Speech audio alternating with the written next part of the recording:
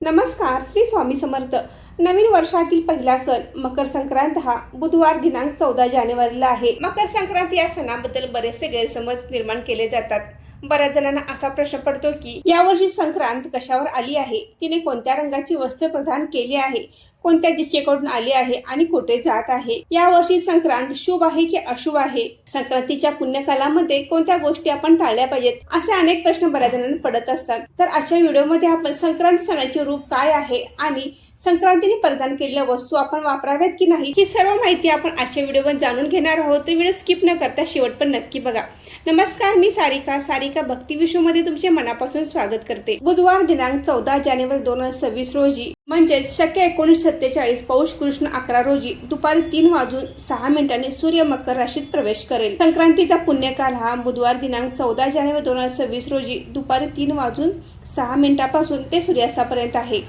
सूर्याचे मकर राशी संक्रमण हे बालवकतावर होत असल्याने वाहन वाघ आहे, उपवाहन घोडा आहे. तिने पिवळ्या रंगाची वस्त्र परिधान केली असून हातात गदा घेतली आहे, केशराचा टिळा लावलेला आहे, वयाने कुमारिका असून बसलेली आहे. वासाकरता जाईचे फूल हातात घेतले आहे, पायस भक्षण करीत आहे, सर्प जातीचे आहे, भूषणार्थ मोती धारण केले आहे.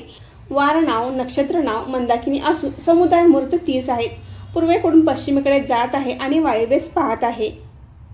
या वर्षीच्या मकर संक्रांतीचे फळ हे संक्रांतीने ज्या वस्तू प्रदान केल्या आहेत त्या महाग होतील. संक्रांत जेथून आली आहे तेथील जनतेला सुख प्राप्त होईल. संक्रांती कालामध्ये द्यावयाचे दान, नवे भांडे, गाईला घास, अन्न, तीळ पात्र, गुळ, तीळ, सोने, वस्त्र इत्यादी आपण यथाशक्ती दान धर्म करायचा आहे. तिच्या काळामध्ये आपण कठोर बोलणे, वाद घालणे टाळायचे आहे.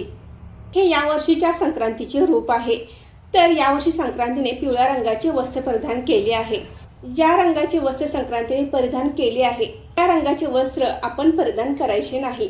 आता मग हळद पिवळ्या रंगाची आहे. हळदी कुंकवाशिवाय हा संक्रांतीचा सण नसतो.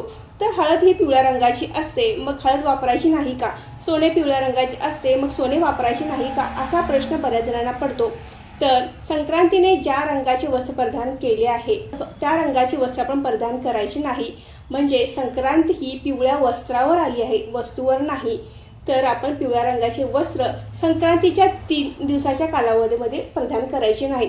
त्यानंतर जर तुम्ही हळदी कुंकवाला जाताना पिवळ्या रंगाचे वस्त्र परिधान केले तरी देखील चालेल.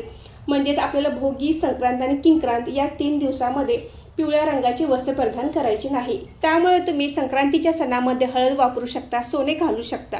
संक्रांतीच्या सणाला काळ्या रंगाची साडी बऱ्याच ठिकाणी नेसली जाते. आपल्या हिंदू धर्मामध्ये कोणत्याही शुभ कार्याला किंवा सणावाराला काळा रंग हा वर्ज्य मानला जातो. परंतु संक्रांतीच्या सणाला काळ्या रंगाच्या साड्या नेसल्या जातात. यामागचे शास्त्रीय कारण म्हणजे संक्रांतीचा सण ज्यावेळी असतो त्यावेळी खूपच थंडी असते. काळ्या रंगामध्ये उष्णता शोषून घेण्याची क्षमता असल्यामुळे या सणाला काळ्या रंगाची साडी नेसली जाते. हा ज्याच्या त्याचा आवडीचा प्रश्न आहे. तुम्ही काळी साडी नेसणार असला तर नेसू शकता, परंतु आपण फक्त पिवळी साडी नेसायची नाही. इतर कोणत्याही शुभ रंगाची साडी तुम्ही यावेळी नेसू शकता. लाल, गुलाबी, हिरवा, केशरी, जांभळा या रंगाच्या साड्या तुम्ही नेसू शकता. त्याचबरोबर आपण सौभाग्याचे देखील सर्व अलंकार स्त्रियांनी घालायचे आहेत. बांगड्या तुम्ही हिरव्या किंवा लाल रंगाच्या घालायच्या आहेत. शक्यतो आपण हिरव्याच रंगाच्या बांगड्या घालायच्या आहेत. तुम्हाला जर आवडत असेल तर तुम्ही लाल रंगाच्या घातल्या तर चालतील. तर मैत्रिणींनो, आजचा व्हिडिओ इथेच थांबवते. तुम्हाला मकर संक्रांतीच्या आणि नवीन वर्षाच्या खूप खूप शुभेच्छा. तुम्हाला आजचा व्हिडिओ आवडल्यास व्हिडिओ लाईक करा, शेअर करा आणि सारिका भक्ती विश्व या यूट्यूब चॅनल सबस्क्राईब करा. धन्यवाद.